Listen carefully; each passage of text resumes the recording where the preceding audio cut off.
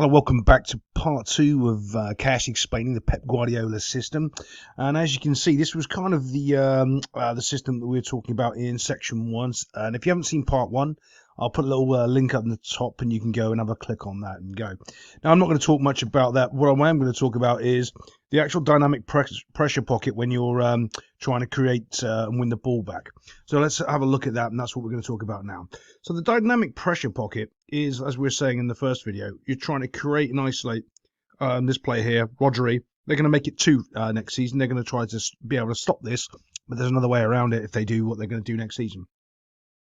And hit this player on the out wide here. Now, if you don't have the pace, like we were talking about in part one, you can use it for a bit of a build-up play, where you play the ball in. So after you've won the ball back, you play the ball in, and then you try to keep the ball between these three and move down the field, and then try to get one of these guys up to come and support you. Okay, that's kind of another way of doing it. But I'm all about having that pace. Now, also, that dynamic pressure pocket, what you have to be able to do is think with your head, right? So, for instance, in the first half, and you're trying to play, and you're trying to isolate Rodri, and you're trying to win the ball back off him, and you're trying to get these two players to do their job. They'll stop doing that. They'll stop playing the ball there because they're smart, and they're not stupid football players. That's why they play for Pep. So then what you'll have to do is the pressure pocket will move. Then you have to start moving it, and then bringing the striker back in to create another area of pressure on another player, if you understand that. So now this guy's getting more of the ball. He's dropped a little bit deeper. He's coming in to help out, Rodri here. So all of a sudden now you've shifted the pressure pocket from squeeze in here to squeeze in here. And that's kind of how you have to think about it and get your players to understand that and be able to move that around inside the system. And when you can do that, you can really start taking advantage. But let's just say that there's right now that where that pressure pocket need to be. This would be your first point here. Second would probably be here because it's Kevin De Bruyne, and then that would be the third. And that's how it would probably move around, because that's how they'll probably move it around on the field as well. And that's what you're looking to try to do. Now, the other thing that happens as well, when you start doing this, they start dropping back because they're getting less possession. The possession, instead, it would normally be, I'd say, if I draw a line there, that is pretty much where they would have keep their possession, okay? And they drop it here. Now you're going to be pushing them back to about here. Now this is where the interesting thing comes. You don't let your back four come and chase up with you so far. You have to keep them on that line, and you have to be patient and not go past it. You keep your bank inside that square area there. Let me get rid of those lines and draw that square area there so you can better understand it.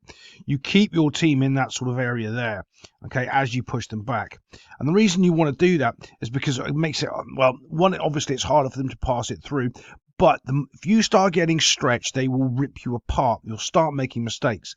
The mistakes you'll make is some defenders won't come forward up to that line, and they'll stay back here playing people on side, giving you problems, or the pocket will pressure all at different times. And that's one of the things you have to fix and make sure that doesn't happen. I'm going to do a little quick little training exercise now. I'll show you something simple that you might want to run if you want to do that dynamic pressure. Okay, to get the understanding of this, I would set my players up there, something probably similar to this, where I would have the red team would play the ball into the blue team. However, they'd play the ball into not the person that you want to have the you want to create the pressure pocket over.